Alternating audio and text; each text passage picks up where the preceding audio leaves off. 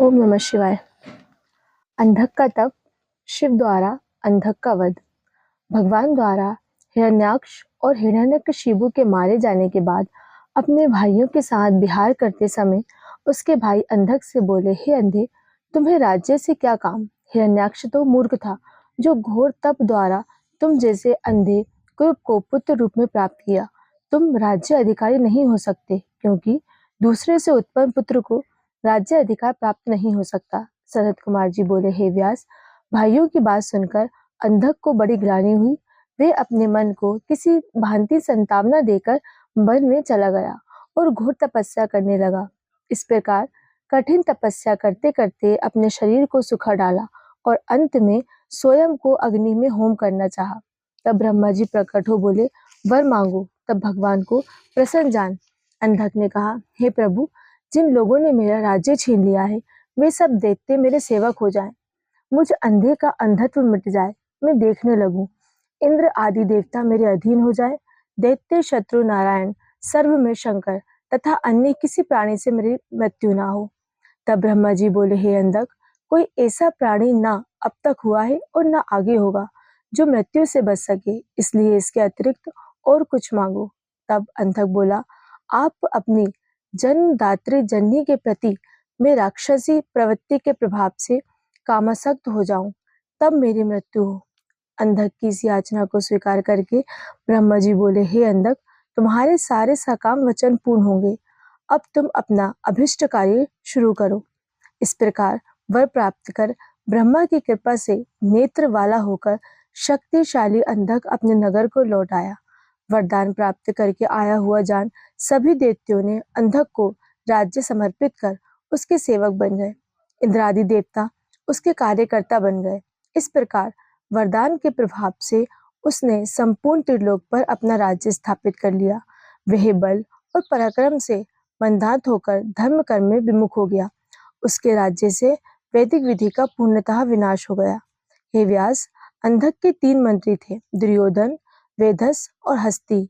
उन तीनों ने उस पर्वत के रमणीय किसी स्थान पर एक सुंदर स्त्री को देखा एवं बीरबल अंधक को उसकी सूचना दी। मंत्री बोले, वहां एक गुफा में एक मुनि है।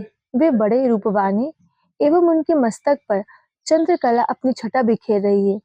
कमर में गजेंद्र की खाल है, नाग उनके शरीर में लिपटे हैं, खोपड़ियों की माला उनके आभूषण है, उनके हाथ में त्रिशूल है, धनुष बाण भी उनके पास है।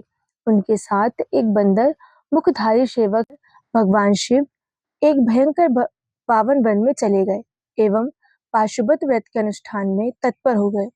भगवान शिव की प्रतीक्षा करती पार्वती मंदराचल पर्वत पर ही रही। यद्यपि वीरभद्र आदिगण उनकी सुरक्षा में तत्पर रहते थे, परंतु वे अकेली उस गुफा में भयभीत रहती थी। हे मुनि, इधर वरदान के प्रभाव से उन्मुक्त वह दैत्यक अंधक कामाग्नि में दग्ध उस गुफा पर आ पहुंचा।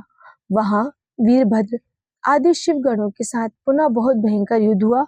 अन्न जल का त्याग कर वीरभद्र आदि देवगण लगातार 505 दिन दिन रात तक युद्ध करते रहे। दैत्यों के आयुधों से नंदीश्वर घायल हो गए और मूर्छित हो गुफा के द्वार पर ही गिर पड़े, जिससे गुफा का दरवाजा बंद हो गया। शिव गणों के घायल हो जाने पर देवी पार्वती ने भगवान विष्णु एवं ब्रह्मा का आवाहन किया। स्मरण करते हुए ब्राह्मी, नारायणी, एकीवेश नारदी, नेश्रति, वारुणी, वायवी, यक्षेश्वरी, गारुड़ी आदि देवियों के रूप में समस्त देवता आदि शस्त्रों से सुसज्जित होकर वहां पहुंचे और राक्षसों के साथ युद्ध करने लगे। कुछ समय बाद भगवान शिव भी वहां आ पहुंचे एवं घोर युद्ध हुआ। शुक्राचार्य की संजीवनी विद्या के कारण जीवित राक्षसों को भूतनाथ शिव जी निगल गए। हे व्यास जी, अंधक वीर एवं शिव के समान ही बुद्धिमान था। अनेक वरदान के उन्माद में वह उन्मत्त दूसरी माया रचने लगा। इस प्रकार शिव के त्रिशूल से घायल होने के कारण जो रक्त पृथ्वी पर गिरता था, उससे अनेक अंधक पैदा होने लगे। ये देख भगवान विष्णु ने शिव के योग बल से ऐसी स्त्री का निर्माण किया जो युद्ध के समय दैत्यराज के निकले रक्त का पान करने लगी और रक्त से पैदा हुए राक्षस समाप्त हो गए। एकमात्र अंधक ही शेष रह गया। तब शिव ने त्रिशूल से उसका हृदय भेद कर उसका शरीर ऊपर उठा लिया, जिसे सूर्य की किरणों ने सुखा दिया। मेघों ने मूसलाधार जल वर्षा करके उसे गीला कर दिया, फिर भी उसके प्राण नहीं त्यागे। उसने शिवजी का स्तवन किया, तब करुणा के आगार सागर शिव ने उसे अपने गणों में शामिल कर लिया। युद्ध समाप्त होने पर सभी लोकपाल शिव की भक्तिपूर्वक जय जयकार करने लगे। ओम नमः शिवाय।